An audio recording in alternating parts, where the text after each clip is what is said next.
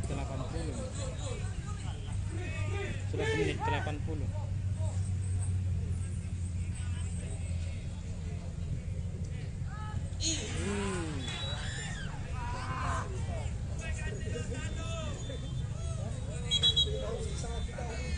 Menit ke 80.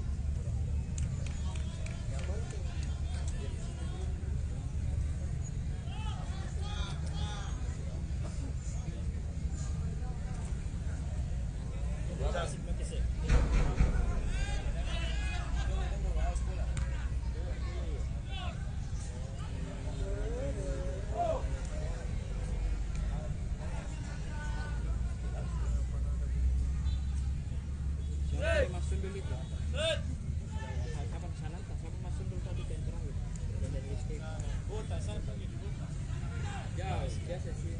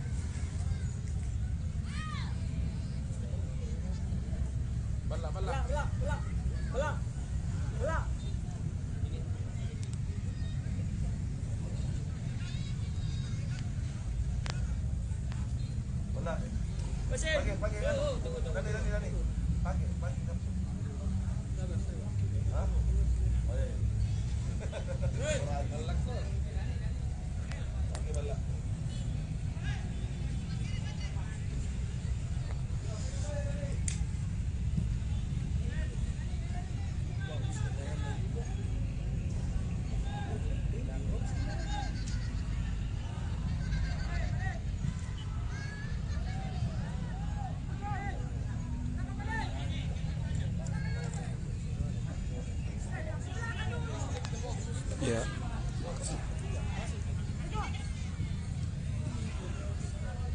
Ya, bagi para Tribuners yang baru bergabung, saat ini kedudukan 0-1 untuk OTP 37 Mamuju. Gol tadi dicetak oleh Rizal di menit 73. Untuk saat ini tak ada pemain asing yang diturunkan oleh pelatih PSM Bernardo Tavares, semuanya pemain lokal. Dan kini sudah memasuki menit ke 80 pertandingan. Sisa 10 menit lagi pertandingan akan berakhir.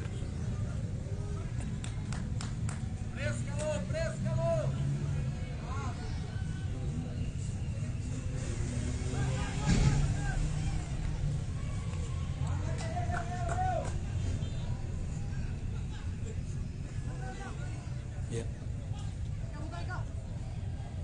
Saat ini PSM masih mencoba mencari celah dari lini pertahanan OTP 37 Mamuju untuk menyebabkan kedudukan.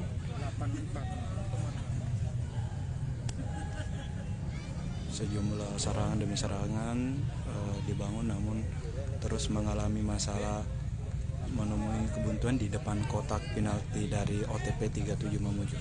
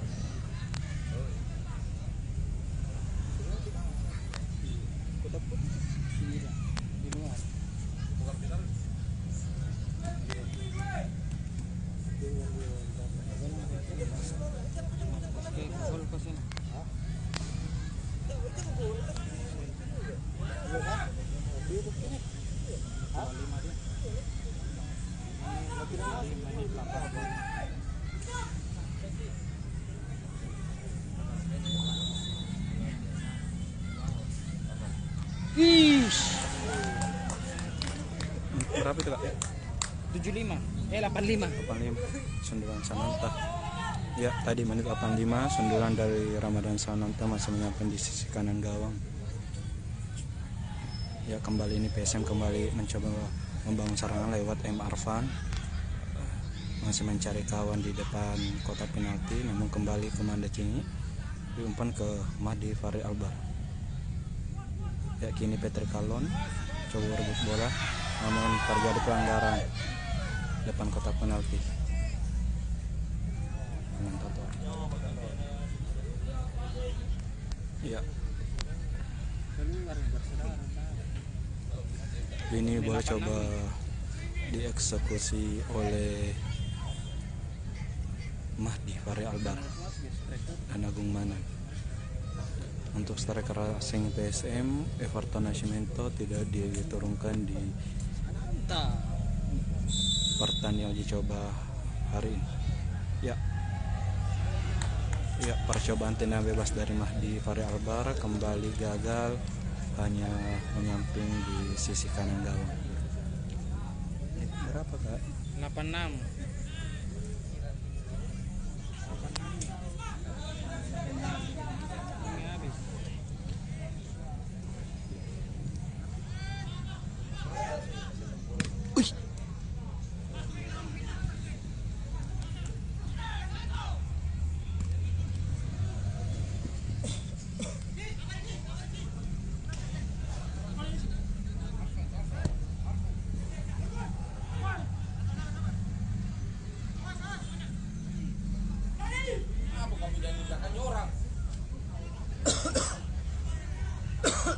Ya, serangan coba kembali dibangun. Ya, Peter Kalon dan Mahdi Fahri Albar dari sisi kiri pertahanan. Skor masih 0-1 untuk keunggulan OTP 37 Mamuju.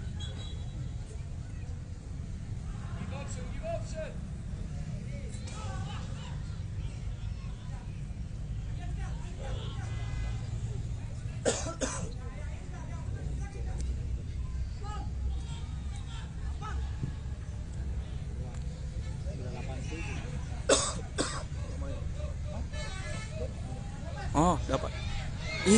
Sundulannya gagal lagi. Sundulannya siapa? Sananta lagi dari siapa itu? Mahdi Fahri Albar. Kembali Ramadan Samanta gagal memanfaatkan umpan crossing dari Mahdi Fahri Albar setelah melakukan Mahdi Fahri Albar. Nggak bisa penjut. Kepala tadi sih.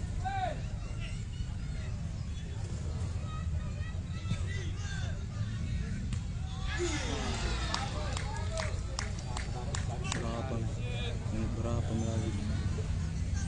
87 ya? Iya.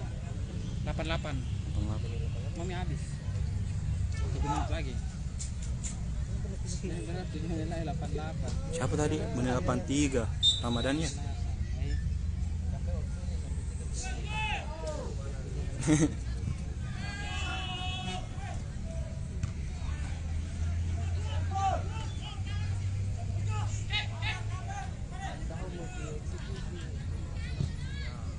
Aduh.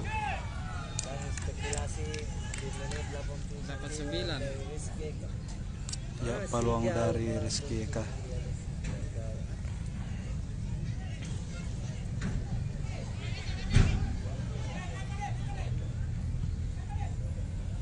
Endang.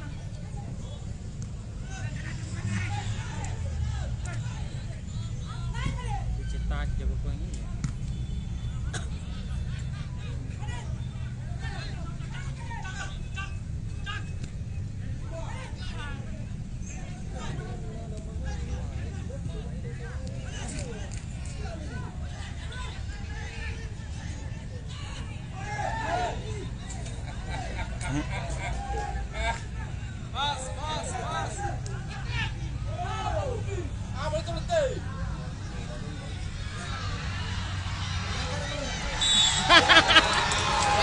Ya.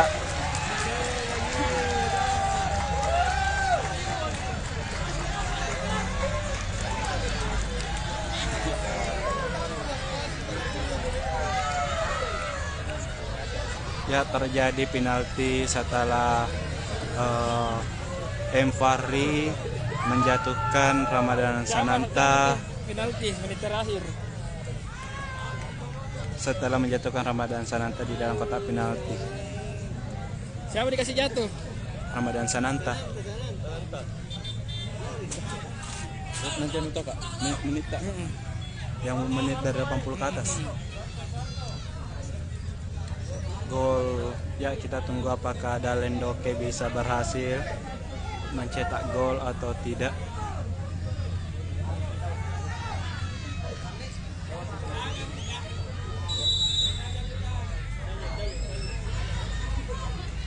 Ya, saat ini Dalen Doke coba eksekusi tendangan penalti dan kita tunggu. Wah, berhasil ditepis oleh kiper OTP 37 Mamuju. PSM gagal menyamakan kedudukan dan OTP 37 Mamuju masih unggul 1-0.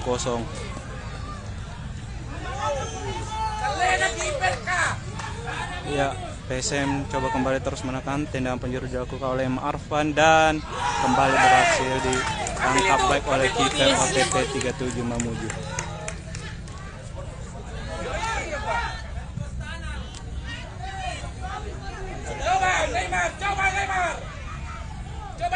Ya, OTP 37 coba langsung serangan cepat. Tidak ada itu pelanggaran di sebelah. Tidak ada. Ya, Rizky Eka kembali coba menyerang masuk kotak penalti.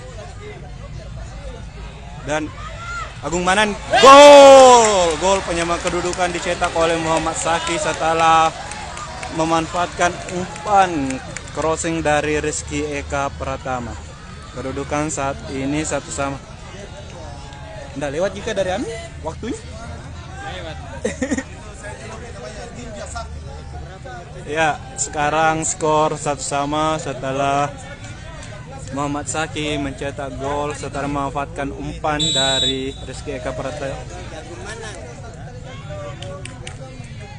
Muhammad Saki.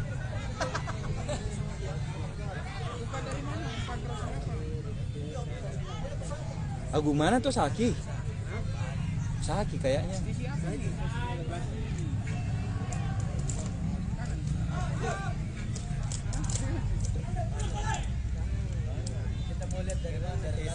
Crossing dari Rizky Eka.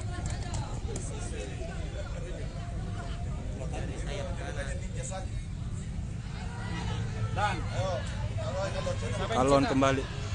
Siapa yang cetak? Rizky Eka kembali. Siapa yang cetak? Kalau saya Saki.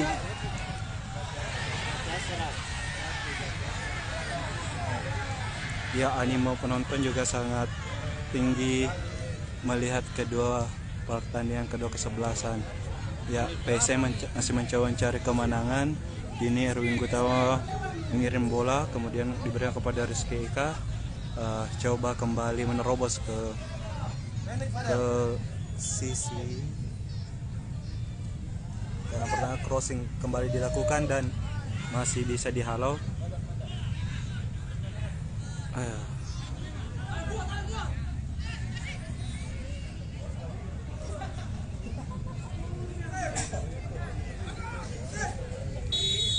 Ya, pertandingan berakhir dengan skor 1-1 antara OTP 37 Mamuju. Tadi PSM sempat ketertinggalan di menit 73 lewat gol Rizal, namun beruntung berhasil gol penyama kedudukan dicetak oleh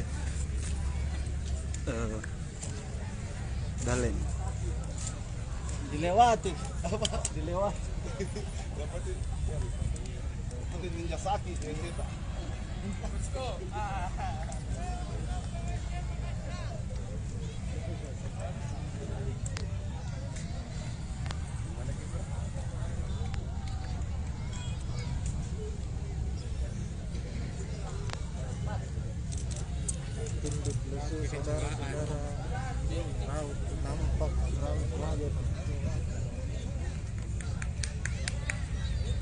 Ya, pertandingan PSM versus OTP 37 berakhir dengan skor 1-1. Pertandingan OTP 37 unggul lebih dulu lewat gol Rizal di menit 73. Kemudian PSM menyamakan kedudukan lewat gol Muhammad Saki lewat sundulan setelah memanfaatkan umpan crossing dari Rizky Eka Pratama. Tadi ada gol penalti tapi gagal dieksekusi dengan baik oleh Dalen Doke.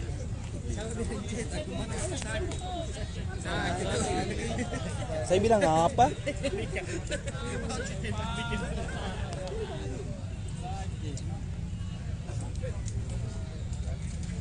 Mantan top skor EPA.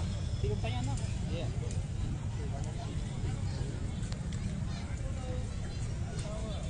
Akademi.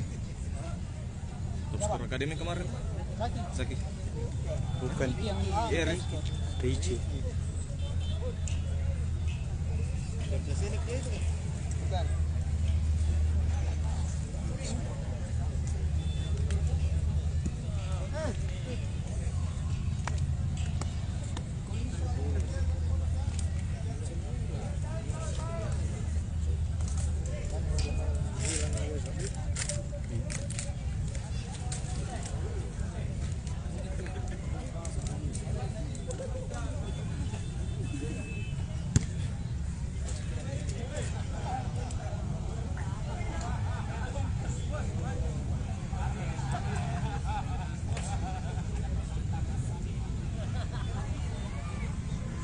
Ya, bisa saya laporkan terkait hasil pertandingan PS melawan OTP 37 Mamuju tadi. Pertandingan yang berlangsung di lapangan Boso Sport Center berakhir dengan skor 1-1, di mana pada babak pertama skor berakhir dengan kacamata 0-0, baru tercipta gol di babak kedua di mana OTP 37 Mamuju memimpin lebih dulu di menit 73 lewat Rizal, kemudian berhasil diselamatkan.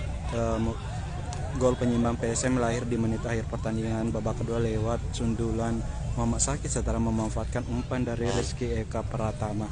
Dan tadi sempat juga diwarnai insiden kotak penalti dari PSM, namun gagal dieksekusi oleh Dalen Doke. Dan saat ini para pemain menunggu arahan lebih lanjut dari pelatih PSM Bernardo Tavares untuk pemanasan atau pendinginan setelah melakoni laga uji coba. Dan selanjutnya PSM akan melawan PSIS Semarang pada Sabtu 28 Mei 2022 di Stadion Jatidiri, Semarang, Jawa Tengah. Laga ini merupakan laga uji coba PSM untuk ketiga setelah pada Sabtu kemarin pada 21 Mei melawan Persimaron dan berhasil menang 4-0. Sekian mungkin terbenar laporan saya dari lapangan Boso Sport Center di Jalan Teguh Umar, Kota Makassar. Sampai bertemu di live Facebook Tribun Timur lainnya. Dan terakhir mungkin bisa saya sampaikan kepada para Tribuners untuk striker asing Everton Nascimento tidak diturunkan pada uji coba laga ini pada pertandingan ini. Kemudian salah satu pemain asing yakni William Jamprim baru akan tiba di Makassar pada esok hari Rabu 25 Mei 2022.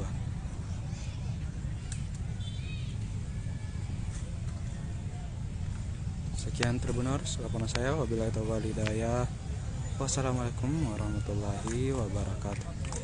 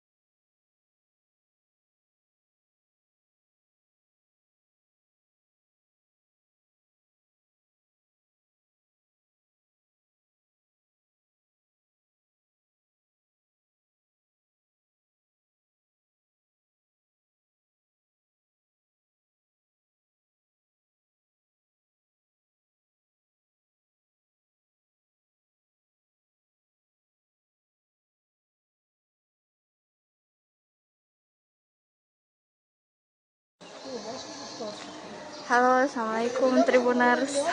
Selamat sore. Hari ini saya sudah berada di kamar mayat RSUD Dr. Lapalaloi Tribuners.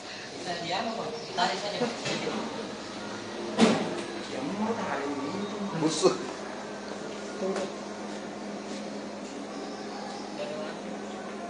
Bang ini? Hah? Bang busuk bang. Di kafe BBS itu? Baca motor. Tunggu deh. Busuk nih itu. Busuk ini apa sih mengudara apa tidak setiap hari?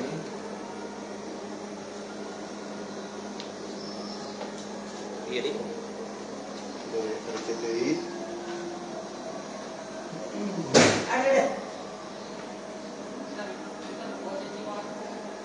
Mayatnya sekarang sudah berada di ruangan pendingin Tribuners.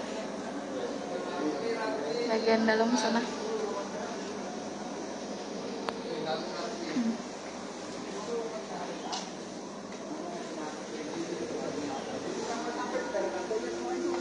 Dari kantong aku dia. Dari kantong celana.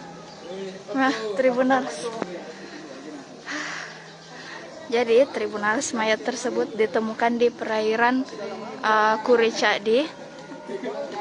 Di perairan Kuricadi dalam kondisi sudah meninggal dunia dan dengan menggunakan kaos hitam dan juga celana pendek berwarna coklat. Tribuners, saat ini pihak belum diketahui identitas korban dan saat ini seperti kita lihat mayat sudah berada di ruangan pendingin dan sampai saat ini belum ada masyarakat yang datang untuk menjemput dan bahkan tidak ada dan juga Tribuners tidak ada identitas yang melekat di dalam tubuh korban yang diketahui hanya saat ditemukan korban ini menggunakan baju hitam dan juga celana pendek berwarna coklat. Kami juga sempat mewawancarai beberapa warga desa dan mereka mengatakan sempat melihat korban pada sore hari kemarin itu berbelanja di sebuah warung dan juga mengelilingi desa Tribuners. Jadi kemungkinan korban ini merupakan orang dalam gangguan jiwa Tribuners, seperti itu. Mayatnya tadi dikatakan ada pecah pembuluh darah juga. Jadi saat ditemukan ya sudah dalam kondisi mengapung. Pak, siapa kita mau wawancara?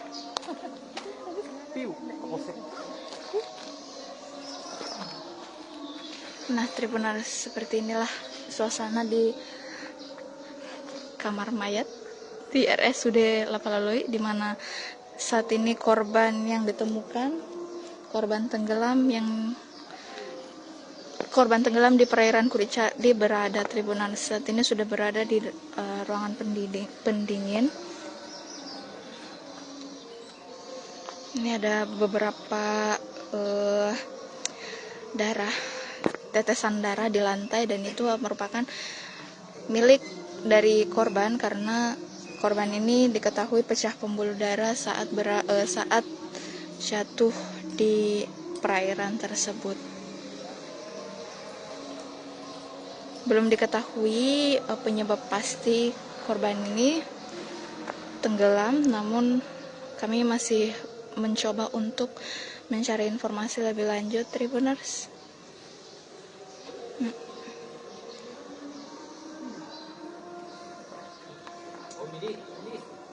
Apa yang bilang Pak Kasat kan? Lagi apa hirup di dalam. Ya kalau tinggal tenggorokan kalau mati begini tuh. Ya. Tinggal tenggorokan lagi baunya di balas nih. Tunggu chat lagi. Enggak hilang di baunya kalau mati tenggelam. Lagi tenggorokan. Dan seperti sekedar informasi Tribuners, mayat ini sudah cukup berbau. Tadi saya sempat melihat ke dalam dan aromanya cukup menyengat.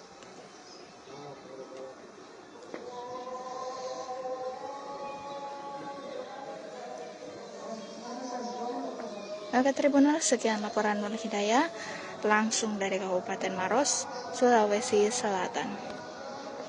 Assalamualaikum warahmatullahi wabarakatuh. Selamat siang Tribuners. Hari ini saya Ari Mariadi, jurnalis Tribun Timur.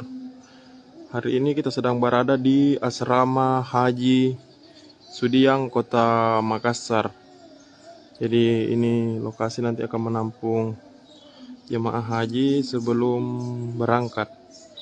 Ini dia suasananya Tribuners di Asrama Haji Sudiang. Lokasi yang akan menampung jemaah calon haji. Lihat kita di depan gedung Arafah.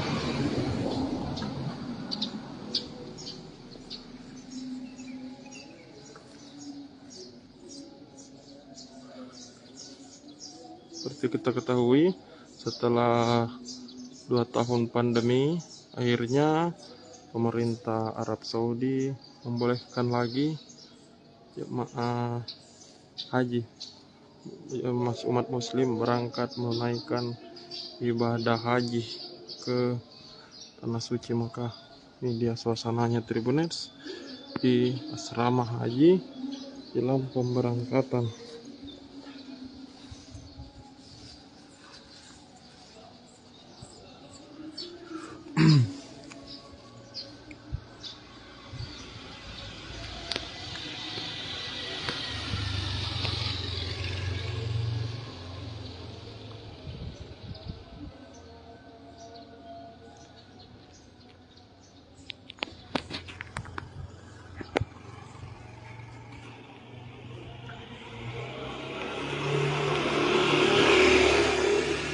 Jadi di Makassar ini juga akan menampung sejumlah jemaah haji dari sejumlah provinsi di Indonesia Timur transit di sini sebelum berangkat.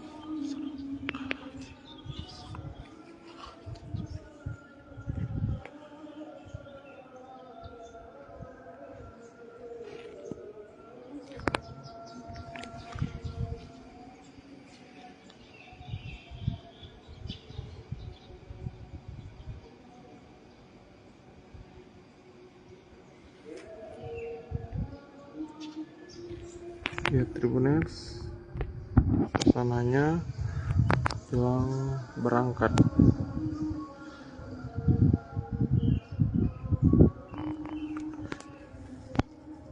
Ini kita di depan kantor UPT Asrama Haji Sudiang.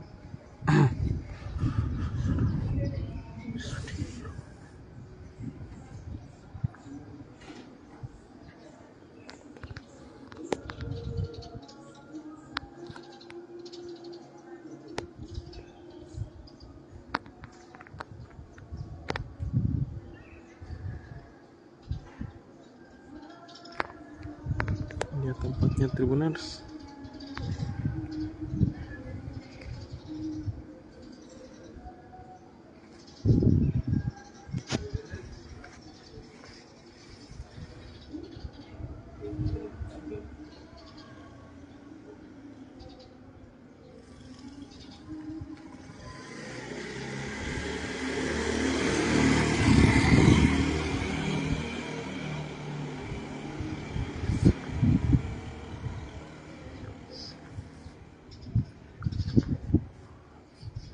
Di depan gedung Aula Arafah.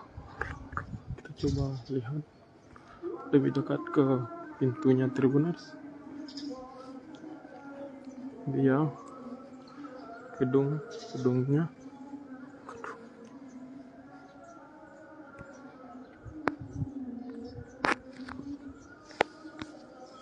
Dalam pemberangkatan haji.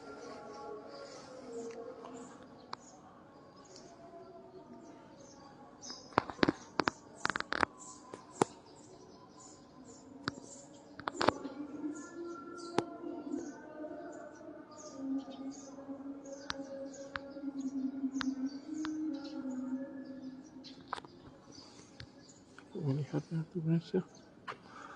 Aula Arafah.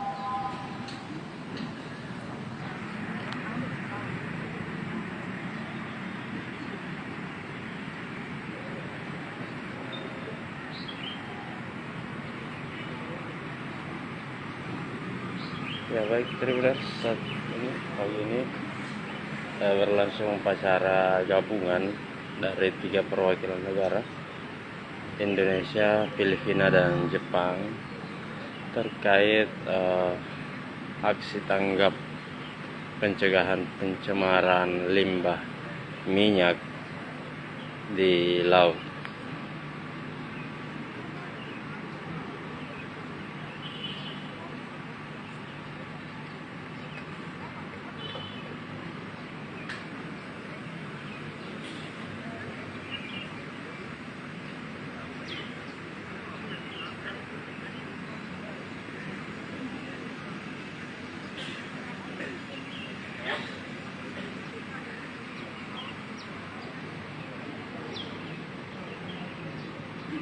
Ini oleh pengarah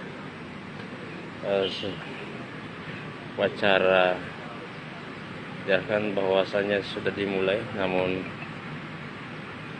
saat ini masih menunggu aba-aba lanjutan. Upacara dari tim gabungan ini khusus dari Indonesia melibatkan dari Polairo, ada dari Sabandar, dan sejumlah instansi terkait.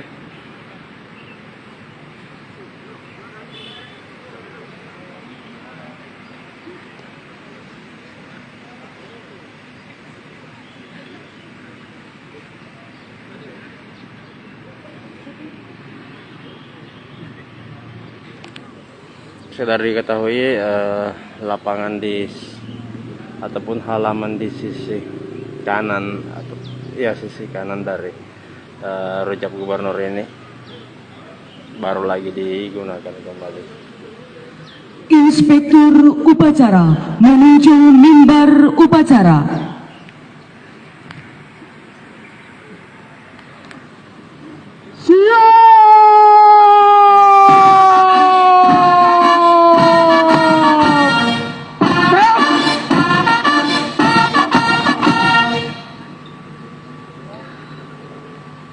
Penghormatan umum kepada Inspektur upacara. Kepada Inspektur upacara. Hormat!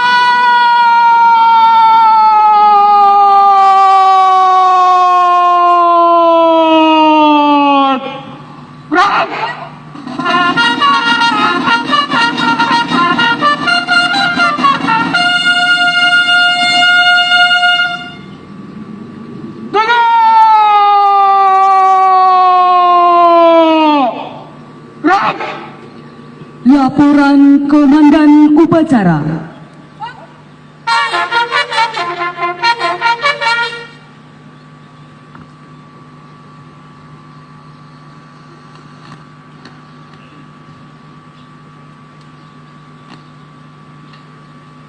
Lapor upacara pembukaan Regional Marine Pollution Exercise tahun 2022 siap dimulai.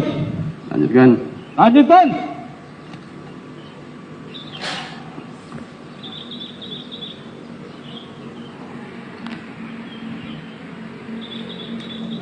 Jadi upacara gabungan ini adalah aksi bersama dari 3 negara, yaitu Indonesia, Pengibaran Filipina,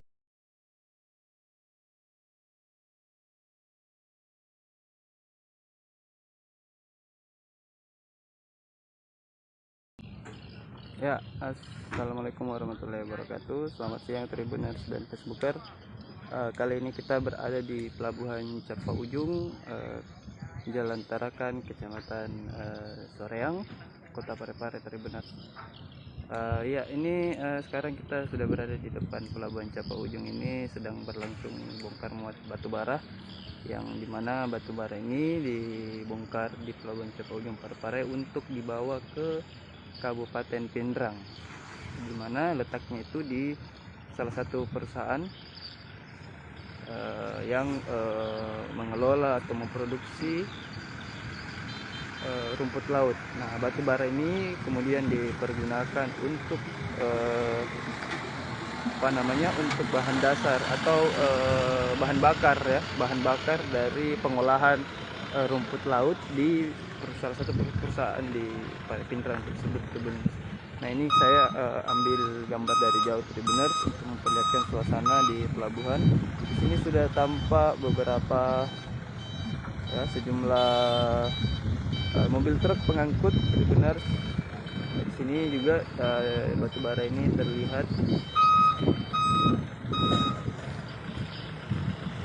terdekat Tribuners. Sudah ada 2 eskavator yang akan memuat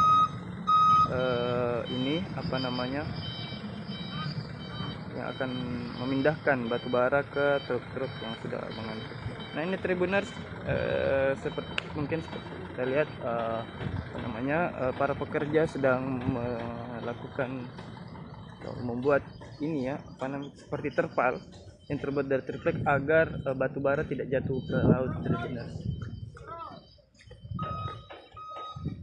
Ini batu baranya, dan ini suasana di Pelabuhan Capa Ujung, Tribuners.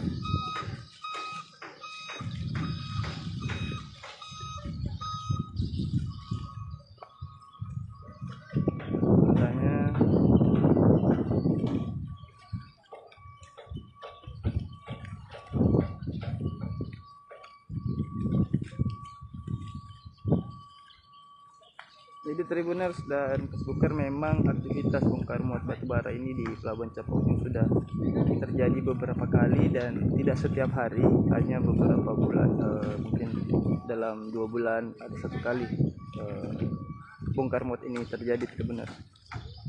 Nah, proses ini sempat disoroti oleh beberapa teman-teman. Kemudian proses bongkar muat ini kali ini sepertinya telah menjadi perhatian publik, karena seperti yang kita tahu di Kota Parepare sendiri tidak memerlukan atau tidak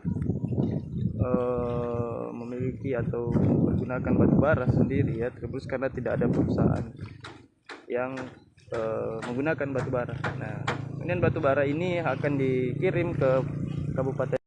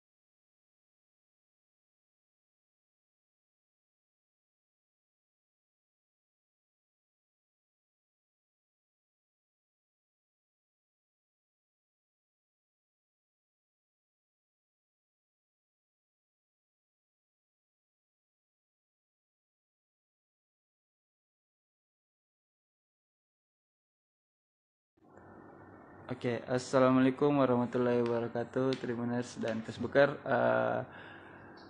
Tribun Timur, Berita Online Makassar. Kali ini ada edisi spesial karena untuk mengapresiasi seluruh orang atau tenaga kesehatan yang berperan dalam menghadapi COVID-19. Nah, kali ini saya sudah bersama Bapak Yunus, salah satu sopir sopir ambulans pengantar jenazah pasien COVID-19 saat pandemi. Otomatis dan secara langsung Bapak Yunus berkontribusi dalam penanganan ya, terutama di bagian mengantarkan jenazah pasien COVID-19. Nah, ini sekarang saya dengan Bapak Yunus. Pak Yunus, bisa diceritakan bagaimana suka dukanya waktu menjalani pekerjaan mengantar ambulans pasien COVID-19? Bagaimana itu Pak Yunus? Terima kasih. Kalau bicara dengan suka duka itu dukanya banyak sekali. Bagaimana itu? Dan dukanya itu seiring ya. Ya. Terkait dengan sukanya itu kalau kita pergi mengantar jenazah atau pasien itu, misalnya pasien rujukan ke Makassar itu sukanya kalau kita pulang. Kalau kita pulang dari mengantar itu sukanya itu perasaan kita lega ya. Karena kita sudah menyelamatkan satu pasien sampai di tempat tujuan, di rumah sakit tujuan. Terus kalau kita mengantar jenazah itu, kalau kita pulang mengantar dari jenazah di kuburan, pulangnya itu kita merasa lega. Bahwa tugas kita sudah selesai sebagai sebagai karyawan rumah sakit dalam melaksanakan tugas-tugas ini. Itu. Kalau dukanya sendiri Pak, mungkin ada ini tetangga bilang wah ini terjangkit COVID dan menyebarkan COVID begitu Pak. Nah, itu pasti ada. Bagaimana dengan itu? tetangga kalau sendiri bisa menginformasi kita bahwa ini penyebar virus. Kalau kita sudah habis mengantar jenazah atau pasien, kita pulang ke rumah itu otomatis keluarga bisa menghindar dari kita, dan tetangga-tetangga juga mengatakan bahwa ada lagi nih yang membawa virus karena dia baru selesai bertugas di rumah sakit ini. Seperti itu. Apalagi pas pandemi Pak ya? Iya, pas pandemi. Nah ini Pak, waktu mengantar jenazah sendiri pakai ambulans, ada tidak cerita-cerita menarik, misalkan kayak keluarga korban ini menolak dikuburkan dengan cara COVID-19, bagaimana itu Pak? Iya, ada, cuma kebetulan pada saat kami bertugas itu kami bukan yang dapati, tapi teman yang lain ada. Seperti tadi kita bilang bahwa keluarga pasien itu menolak. Menolak keluarganya untuk divonis bahwa jenazah ini jenazah COVID. Kebetulan pada saat itu bukan saya bertugas itu tadi bahwa ada salah satu keluarga yang tidak menerima, akhirnya membuat kericuhan di situ di kamar jenazah itu. Ada tidak Mbak sampai diancam-ancam sama keluarga pasien seperti apa begitu Pak? Ada. Bagaimana itu Pak? Kadang ada keluarga pasien mengancam bahwa kami dipaksa jenazah ini dan kami akan kuburkan sendiri begitu. Iya. Ambil paksa sendiri jenazahnya. Apa yang paling diingat Pak Yunus waktu mengantar jenazah begitu? Mungkin pasti antar jenazah terus hubungi ke keluarga begitu. Ada tidak Pak? Cerita kalau itu tidak ada. Tidak ada ya. Tidak ada. Tapi kalau dari keluarga sendiri bagaimana perasaannya Pak? Tahu Bapak bekerja sebagai pengantar jenazah pasien COVID begitu Pak? Ya sebenarnya dia was-was juga, tapi mau dia apa juga karena kita punya tugas sendiri seperti itu. Hanya kita bertugas sebagai sipir jenazah di situ, jadi keluarga harus pasrah menerima lah bahwa kita punya pekerjaan seperti ini. Nah, tapi Pak ini berapa? Ini pasti sudah menikah, dan berapa anaknya Pak? Anak saya 2. Oh, itu umurnya berapa itu Pak? Umur yang pertama itu sudah 21 tahun. 21 tahun. Yang kedua itu masih kecil, umur 8 tahun. Pak Yunus ini berarti waktu awal-awal masuk COVID-19 di sini, Pak Yunus ini yang mengantar ini ya, ambulans, mengantar jenazah atau pasien. Kebetulan pasien pertama dirujuk dari rumah sakit yang di Makassar ke Wahiring itu saya yang mengantar. Sukanya itu waktu saya mengantar ke sana, itu pertama kali saya memakai namanya baju asmat. Baju asmat, ya bagaimana perasaannya itu Pak waktu pakai baju? Panas, pokoknya panas, minum saja tidak bisa, panas. Bayangkan kalau dari Parepare ke Makassar itu dalam kurun waktu itu cuma kurang lebih 2 jam perjalanan. Dari Parepare Makassar itu kita pakai juga asmat dan bawa mobil. nyetir. Itu suka. Itu sampai tahan kencing atau tahan apa? kencing, tahan minum. Tidak makan. Tidak makan, tidak minum. Ya. Sampai di rumah sakit tujuan itu kita langsung diarahkan ke kamar mandi khusus untuk pengantar pasien itu, kita mandi baru ganti baju. Baru situ kita sudah bisa minum apa segala macam. Baru bisa istirahat lah kita. Istirahat. Nah begitu di waktu. Nah terus kalau untuk pas pengkuburan sendiri Pak, bagaimana? Apa ada pengalaman Pak pas pengkuburan pasien COVID? Kalau di Parepare sini kalau rata-rata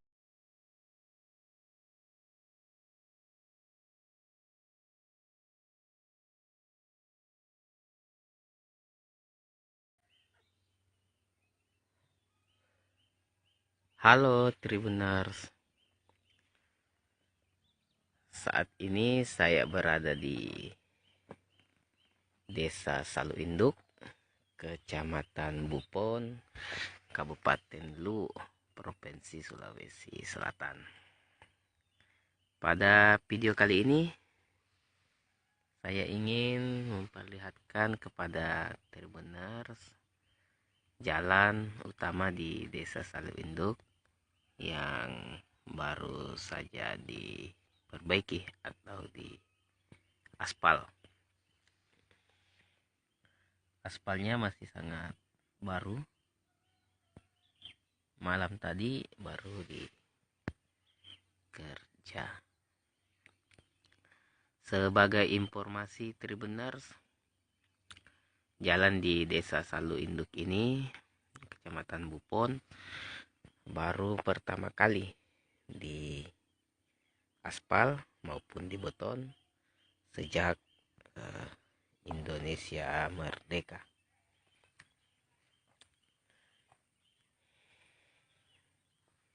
Memang sampai hari ini pengaspalan jalan masih dilakukan, di mana di depan sana ada 2 alat berat yang digunakan untuk mengaspal jalan. Pengaspalan biasanya dilakukan pada malam hari pada saat atau aktivitas lalu lintas tidak begitu banyak. Nah, pengaspalan sudah sampai pada titik di dekat perbatasan antara Desa Saluinduk dengan Desa Tanjong, atau kurang lebih sekitar 1 kilometer lagi yang belum diaspal. Nah, inilah alat berat yang digunakan untuk mengaspal. Pemiliknya tidak ada, mungkin sementara beristirahat, sebentar malam dia akan melanjutkan pekerjaannya.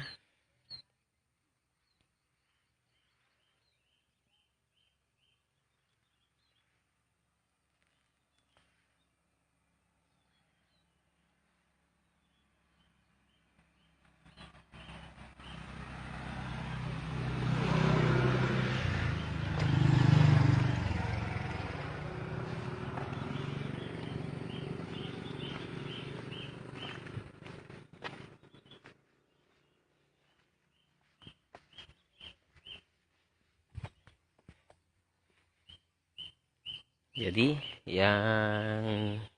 jalan yang belum diaspal sisa sekitar 1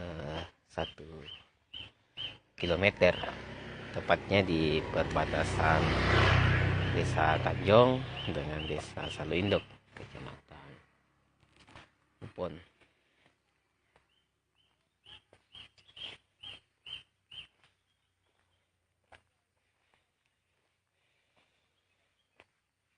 Jadi sekali lagi Tribuners, bahwa jalan di Desa Saluinduk ini baru pertama kali di aspal. Jadi warga di sini baru pertama kali merasakan nikmatnya jalan mulus seperti di wilayah perkotaan.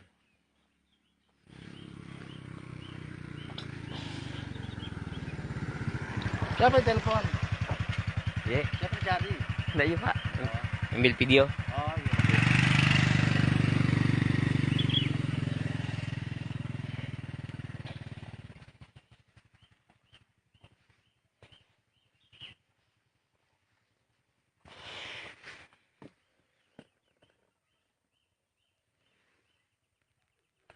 Sebagai informasi Tribuners, Desa Salu Induk ini merupakan salah satu desa yang berada di wilayah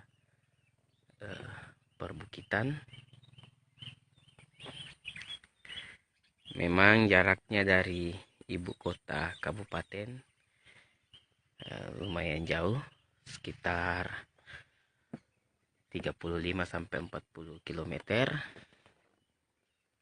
Dulunya merupakan salah satu wilayah yang masuk dalam kategori terpencil. Namun dengan berjalannya waktu, pembangunan di desa ini juga berangsur dapat direalisasikan, terbukti dengan adanya pembangunan atau perbaikan jalan di desa ini. Oke, Tribuners, sekian untuk video kali ini.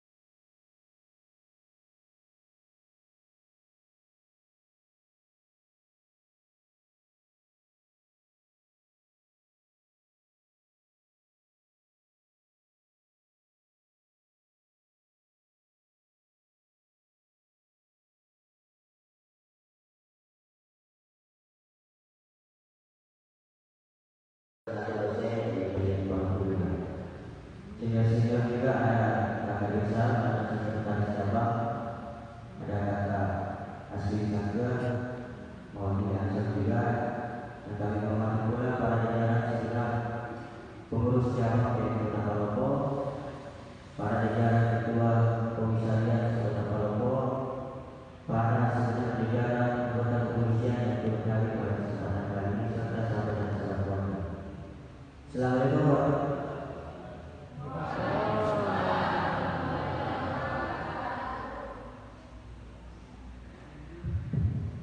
Biasa dalam setiap kegiatan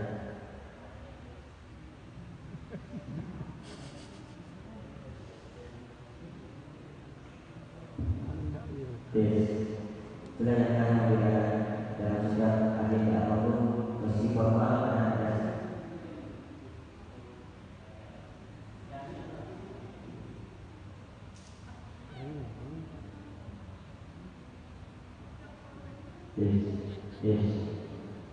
Saran saya momentum halal ini merupakan ajang silaturahmi bagi setiap kita dan tentu di luar daripada ekspektasi bahwa seluruh kalangan hadirin harus turut berpartisipasi di dalam perjalanan kita. Tapi kita harus tetap mengambil sisi positifnya bahwa mungkin ada kesibukan lain bagi jajaran segenap pengurus NU serta Bano serta sahabat-sahabat yang lain, dan itu tidak mengurangi substansi daripada kegiatan kita pada sore kali ini. Sahabat-sahabat sekalian, istilah halal bihalal itu sudah tidak begitu akrab kembali kita kenali. Kenapa? Karena banyak nilai historis yang muncul juga di kalangan kita, khususnya di kalangan hadirin. Halal bihalal sendiri itu merupakan adaptasi dari istilah bahasa Indonesia sendiri, dan itu dicetuskan oleh Kiai Haji Wahab, salah satu pendiri